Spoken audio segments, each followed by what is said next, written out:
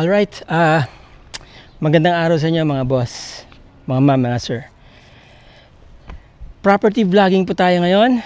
This one special kasi this is my first time na magbablog po ako ng property outside Zambales.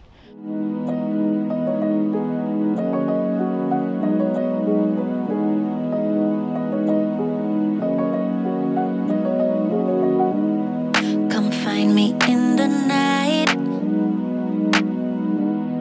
We both know when it's right. Babe, I can ease your mind, but I want it my way. Come meet me in the crowd. Everything is so loud. Your mind is running wild, but we'll do it my way. Love is a feeling, and you can quench this fire. No, no. So give me when I want it, baby, 'cause I got what you need. Just give it to me, oh give it to me now. Just give it to me, oh give it to me now. Just give it to me, oh give it to me now. Just give it to me, oh give it to me now. Slow dancing in the night, yeah. I wake you up inside. I want you close and tight. Yeah, I want it my way. Love is a feeling, and you can quench this fire. No, no. So give me when I want it, baby, 'cause I got what you need. Oh, just give it to me, oh give it to me now. Just give it to me, oh give it to me now. Just give it to me, oh give it to me now. Just give it to me, oh give it to me now. Just give it to me, oh give it to me, give it to me, give it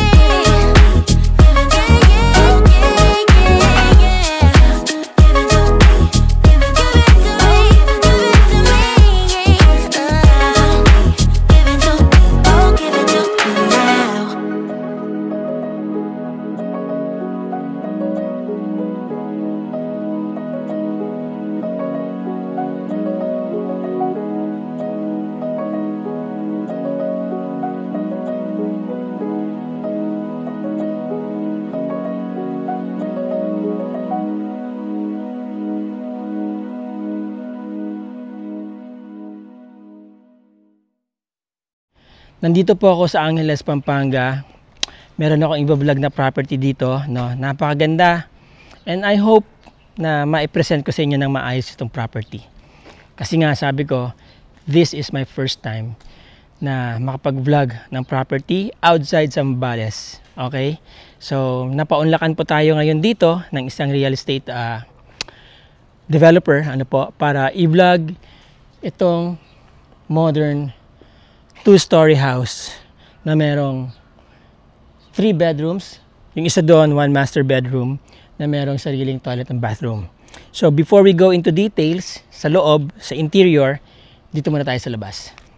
Alright, so this property is located inside the Metrogate subdivision dito po sa Angeles, Pampanga. So you can see modern ang kanyang kulay, no? Blends well sa environment. Okay, at malalaki yung mga bintana, and you have your vehicular gate with kasya dyan isang SUV. Alright, carport, and then may pedestrian gate dito. May mga lights na po sa labas, although na merong konting problema sa pintura, but these are that is minor problem lang naman po yan. Maganda bakod. Okay? Then may firewall na po dito sa gilid. Yan o. Yun. Okay?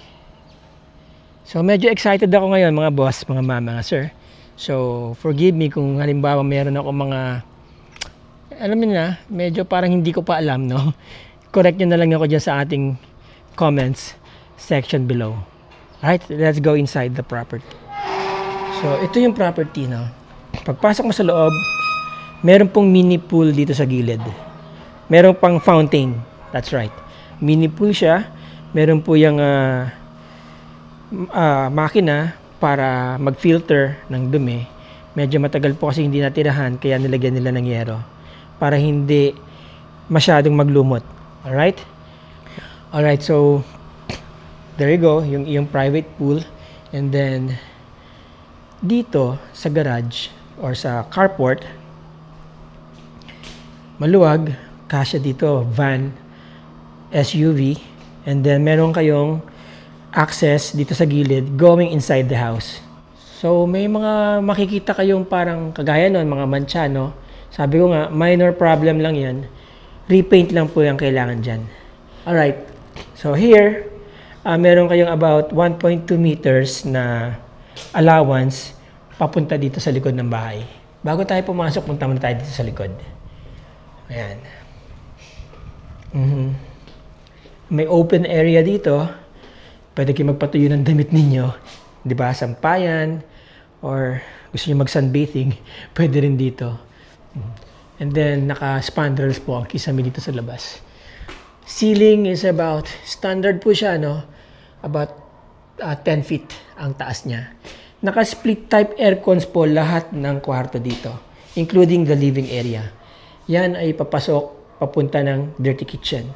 Alright, so let's go inside the house. Pwede kayo mag-encode ng inyong PIN number sa pintuan, and I think may biometrics yata to or facial recognition system. Maganda, no? Bago pa. Ayan, no? Halos parang hindi pa talaga nagamit, kabubukas sara. Hindi po kasi natirahan tong bahay na to, although mayroong isang caretaker dito na nagme-maintain ng bahay. Now, yan. Spacious ang inyong living area. Ganda. Wow. So, yan ang kitchen. Open design. Living area. May mga appliances dito na kasama na po doon sa presyong babanggitin ko, no? Alright. Now, split type aircon dito sa living area. 2 horsepower po yan. Inverter. Kaya matipid sa kuryente. Magandang tiles, no? Gloss. Very elegant. Parang masarap tumira dito. No? And, ito ang view from here. Yan. Kita niyo yung swimming pool mula dito.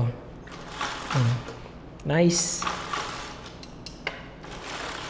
Awning window. You know. May screen. Right? Awning din sa taas. Pwede niyong buksan. Ayan. Para pumasok yung hangin. Ano? One way po yan. One way mirror. Hindi kayo nakikita sa loob kung walang ilaw dito sa loob. So kapag may ilaw, gabi na, baba nyo lang tong blinds. Ayan. From here, kita nyo yung swimming pool. Ayan. May visual kayo ng swimming pool. Hanggang dito po yan. Hanggang dito sa part na to, sa side na to. Ayan. Kita nyo yung swimming pool dito. Yun, no? Diba? Yun. Maluwag. Very spacious ang living area. Wow. I think this is also sliding door. Papunta sa labas, papunta na rin sa loob. Ayan. Naka-grill, stainless. Yes. Ayan.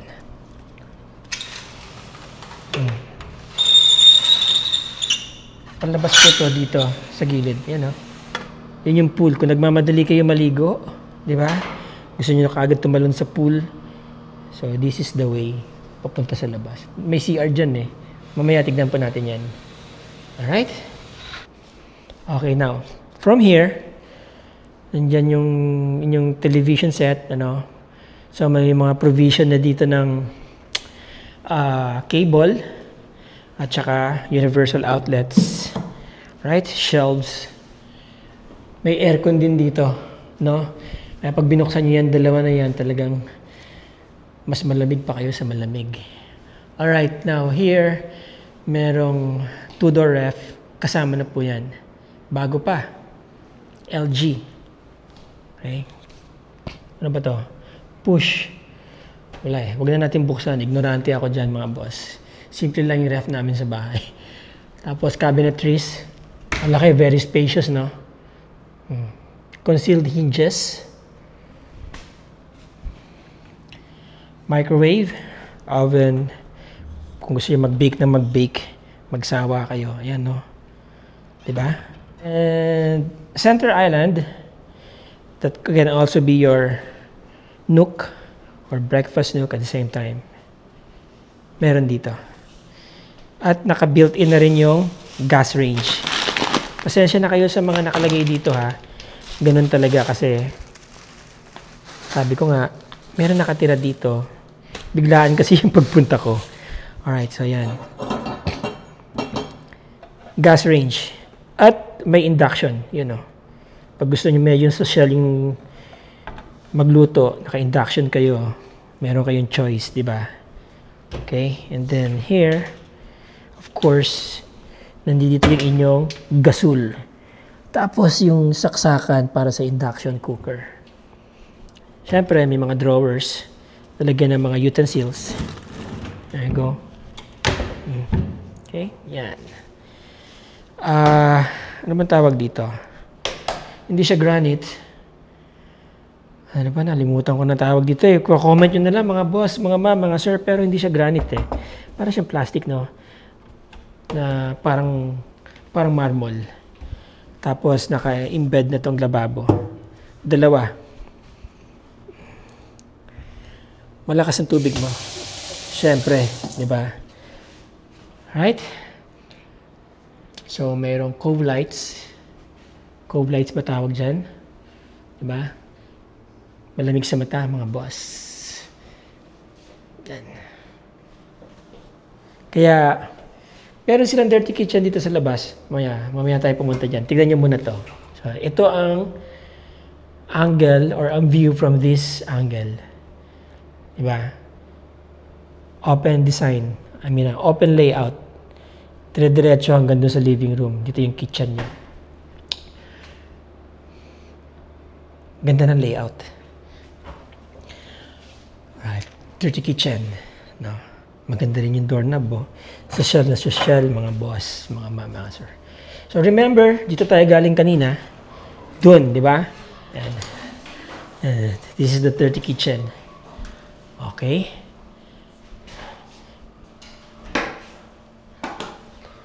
So may mga cabinets din dito. Saan ba yung ito, switch niya? Sa gilid. Yun. So meron din kayong enough space dito to move around, no? Pwede pa kayo maglagay ng mga overhang cabinets dito sa taas kung gusto ninyo. Diba? So you have more storage here. Of course, may window para makita niyo yung sa loob.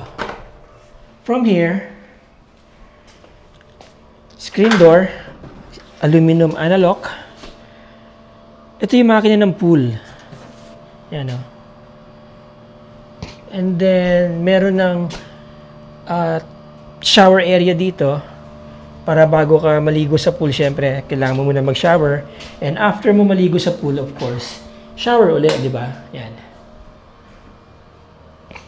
See? Then, ito pa na po yung pool. So, merong fake grass dito, no?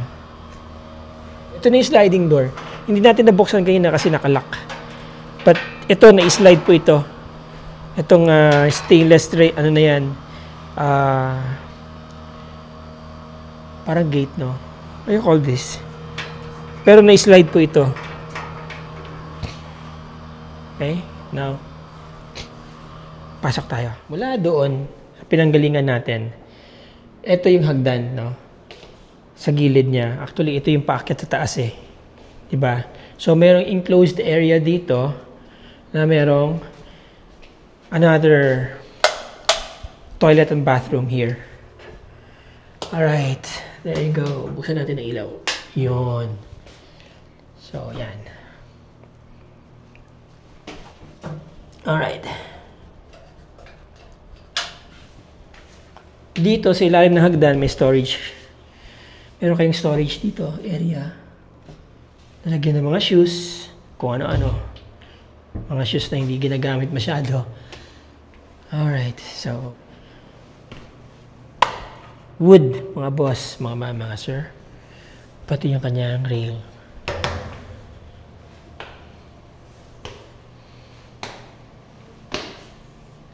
Then may malaking window dito. Para maganda yung pasok ng liwanag pag nakabukas, no? Yun. Yan ang kisame niya na cove light. Kung gusto niyo ng yan lang ang ilaw, pwede rin. Ang ganda, di ba? Oh. Oh. Yun. Very cozy, no? Then, dito sa second floor, meron 3 rooms. Right? The master bedroom, and then meron 2 rooms dito, sharing common toilet and bathroom. Right? Yan. So, may enclosure yung shower area. Andun yung shower niya, oh. Galing, oh. Ang laki ng vanity mirror. Parang ang pogi ko dito ngayon, no? Ewan ko, feeling ko lang. Tapos, ito, may cabinet, may drainage din doon sa ilalim, oh. Kaya, no worries kapag may nag-spill over na tubig dito from the shower area. And then ito, nakaano na rin siya. Meron na rin nakalubog na yung sahig, no? Para hindi lumabas ang tubig dito. Okay? Kahoy ang hamba. Right. Mahogany ang mga pintuan. Solid. Alright, then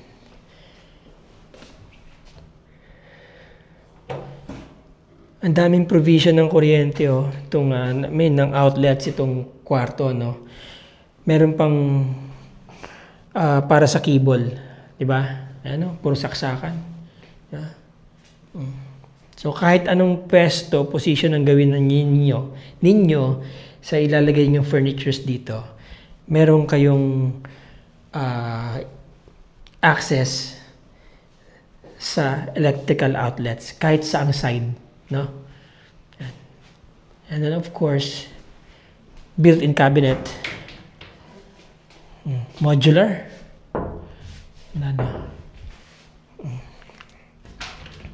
Oh, may ilaw pa sa loob. Nagulat naman ako. Ayan. Drawers. Okay. Ayan. Ito. Ang kanyang switch. Okay, yan. Alright.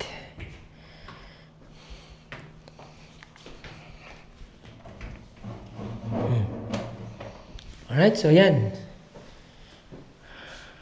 Ito yung room, yan yung hagdan, no? Then, pag akyat nyo, dito sa kanan is another room. One thing I noticed, no, ang taas ng pintuan, ano? Pasadya talaga. Oh, I think this is mahogany. Ang ganda ng haspe, oh.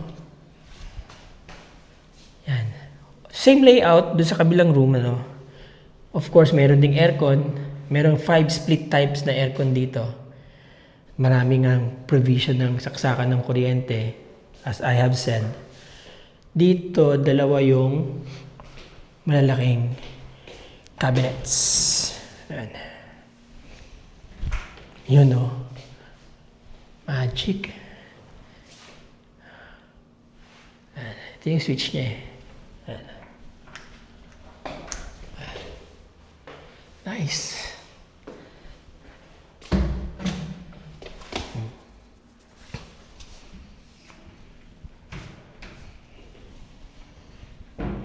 I guess ganun din dito sa kabila. Oh, shelves. Drawers. Yan. 16 square meters. Good guess. You know. Alright. So, nagpapalit-palit yung yung ilaw from warm light to daylight kapag inuulit-ulit yung switch ng turn on and off ng switch. Tingnan nyo. Oh, di ba? Yan. So, meron siyang tatlong modes. Okay? Mas maganda to eh. Yan. Para romantic. Di ba? Okay. Now, let's go inside the master bedroom. Master bedroom na oh. Yun. So mga boss, mga ma'am, dito sa master bedroom, mataas ang kisame. Yan nyo, dito, standard lang, no? Pati sa ibang rooms. Pero this one, mataas ang kisame, oh. Ganda. Siyempre, master bedroom, may sarili yan. May sarili ba? Ayun, may sariling toilet and bathroom. Ito, oh, sa gilid. Okay, yan. Kasama na po yung kama. Pwera na lang po yung mga personal effects, di ba? Ito. Wow! Ang laki. So, you have your walk-in closet here. Okay? And then, he and she lavatories, cabinets, malaking vanity mirror. May ilaw yan. Saan ba switch? Ito. Yun. Downlight. Diretso dito sa lababo. Enclosed shower area. Tempered glass. Yan. Yun yung shower niya. Di ba? Okay. And then,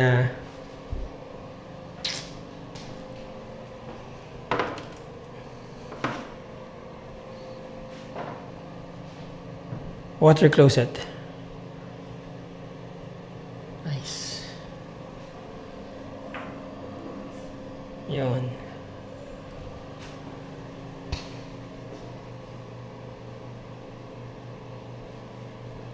Ang laki ng CR, mga boss. Ayan o.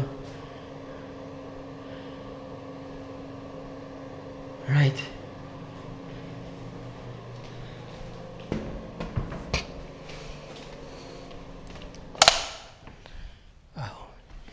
So, yan.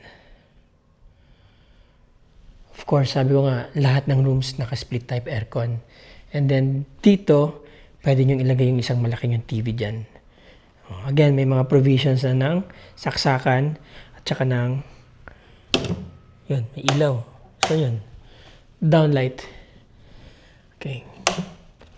Sa cable. Alright, so, ang view dito, meron tong meron po itong access dito sa balcony. Ayan, no? May balcony po dito. Labas tayo. Ayan. Meron kayong balcony dito sa master bedroom. Ayan. Para kapag may nagtataw po, kita nyo.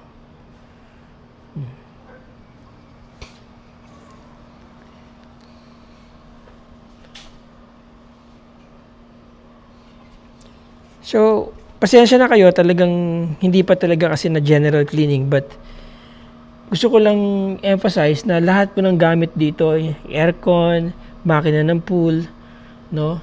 Yung mga gamit sa loob, bago pa po yan. This was constructed in 2021.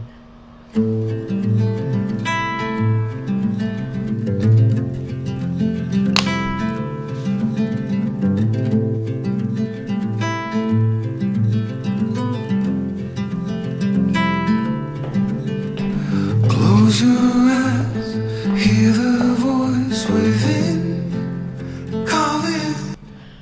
Okay. So there you go mga boss, mga ma'am, mga sir. Again, recap po tayo. Ang floor area po ng bahay ay nasa 180 square meters. And I think, correction kanina, no, sabi ko kasi 15 by 20. I think this is 200 square meter lot. Ang frontage niya 10 meters. Ang haba ay sa 20 meters. Okay, again, this is a 3-bedroom, 2-story house with yung master bedroom may sariling balcony, 'di ba? Tapos may sariling toilet and bathroom. Nakita niyo naman ang laki. Port, garage, okay, mini swimming pool, well fence, no? Modern design. At syempre, maganda yung location ng property. Dito po sa Metro Gate Subdivision, dito sa Angeles, Pampanga. Malapit po sa Clark International Airport. Malapit po ito sa universities. Malapit sa Marquee Mall. Malapit sa mga food chains. Malapit sa mga amenities ng Angeles City. Alright? Sa mga interesado dyan, mga boss, mga ma'am, mga sir, ang asking price po ng bahay na to ay nasa 12 million. And I think that is still negotiable po. Okay, para po sa visitation, ocular visit, gusto niyo mag-schedule ng pagpunta dito, nandyan po ang aking contact details. Yan po ang aking Viber, WhatsApp, and Globe at ang aking email address, nandyan sa ilalim po. Ang aking FB account, gusto niyo akong message sa Messenger, dun po sa description ng video na to. Alright, schedule po natin ang visitation ninyo, sasamahan ko kayo dito sa area na to. Diba? For only 12 million, meron na kayong ganito kagandang bahay sa Angeles, Pampanga. Again, mga boss, mga ma'am, mga sir, maraming salamat sa inyong oras, sa inyong panonood, sa inyong suporta. Till the next video. Ciao.